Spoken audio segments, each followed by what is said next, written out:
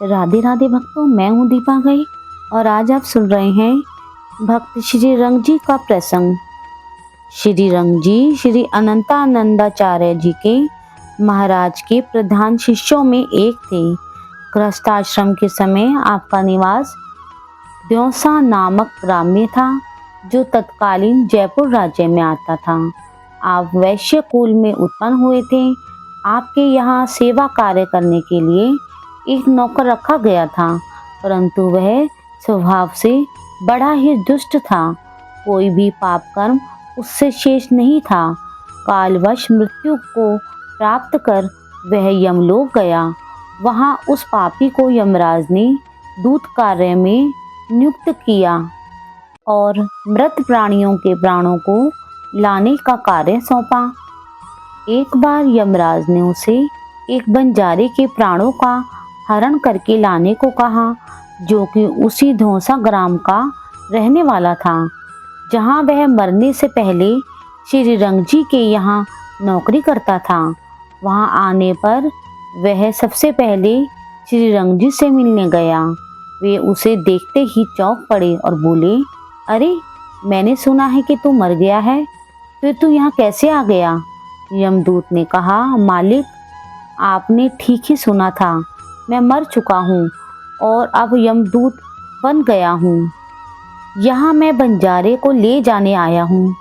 श्री रंग जी ने कहा, अभी तो वह पूर्ण स्वस्थ है और थोड़ी देर पहले ही मेरे यहाँ से कुछ माल लाद कर ले गया है। उसे तुम कैसे ले जाओगे? उसने कहा, मैं उसके बैल की सींग पर बैठ जाऊंगा, जिससे काल प्रेरित वह बैल सींग मारकर उसका पेट फाड़ देगा। श्री रंग जी ने पूछा, क्या तुम लोग सबके साथ ऐसा ही व्यवहार करते हो? यमदूत बोला, नहीं, हम लोग केवल पापियों के साथ ही ऐसा व्यवहार करते हैं। भगवान के भक्तों की ओर तो हम देख भी नहीं सकते। अतः मैं आपको भी यह सलाह देने आया हूँ कि जीवन के शेष भाग में आप भगवत भक्ति कर लें। मैंने आपका नमक खाया है, अतः आपको कष्ट में पड़ते नहीं देखना चाहता हूँ।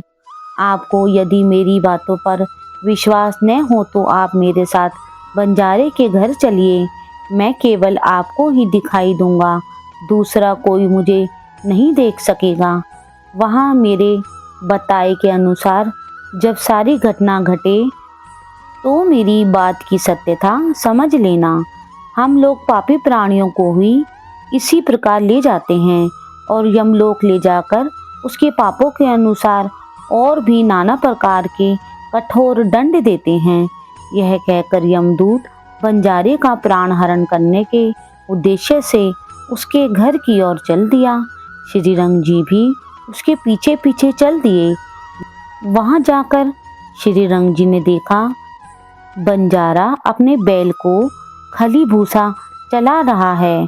बैल बार बार सिर हिला रहा है, जिससे बंजारे को खली भूसा चलाने में असुविधा हो रही थी। अतः उसने एक हाथ से बैल को जोर से हटाया।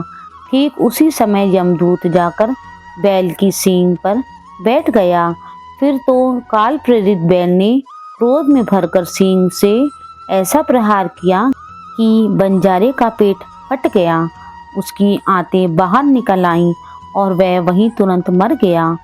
श्री रंग जी की आंखों के सामने घटी इस आश्चर्यमयी घटना ने उनकी आंखें खोल दी। उन्होंने श्री अनंतानंद जी महाराज के चरण पकड़े और उनके उपदेश अनुसार भगवत भक्ति करने लगे। श्री रंग जी का श्री पीपा जी के प्रति भी बड़ा ही आदर भाव था। श्री पीपा जी ने 1 मास तक उनके धौसा गांव में निवास और सत्संग किया। इनके समय में धौसा ग्राम श्री राम रंग में रंग गया था। श्री रंग जी के पुत्र को रात में भूत दिखाई देता था। उसके भय से वह नित्य सूखता ही चला जाता था। श्री रंग जी ने बालक से इसका कारण पूछा तो उसने बताया कि रात में भयंकर प्रेत के दिखने से मैं दिन प्रतिदिन चिंतित रहता हूँ। तब श्री रंग जी पुत्र के सोने के स्थान पर स्वयं सोई। रात होते ही वह प्रेत आया। श्री रंग जी क्रोध करके उसे मारने के लिए दौड़े। प्रेत ने दैन्यता पूर्वक कहा कि आप कृपा करके मुझे इस पाप योनियों से मुक्त करके सद्गति प्रदान कीजिए। मैं जाति का सुनार हूँ। पराई स्त्री से पाप संबंध के कारण मैं प्रेत हो गया हूँ और अपने उद्धार का उपाय संसार में खोजने के बाद मैंने अब आपकी शरण ली है। प्रेत की आर्तवाणी सुनकर श्री रंग जी ने उसे चरणामृत दिया और उसका अत्यंत सुंदर दिव्य रूप कर दिया। इस प्रकार रंग जी के भक्ति भाव का गान किया गया है। जय श्री राधे राधे। भक्तों, आप इसी प्रकार भगवत कथाएं सुनने के लिए आप हमारे चैनल को लाइक करो, शेयर करो और सब्सक्राइब करो और कमेंट्स में राधे राधे जरूर लिखें।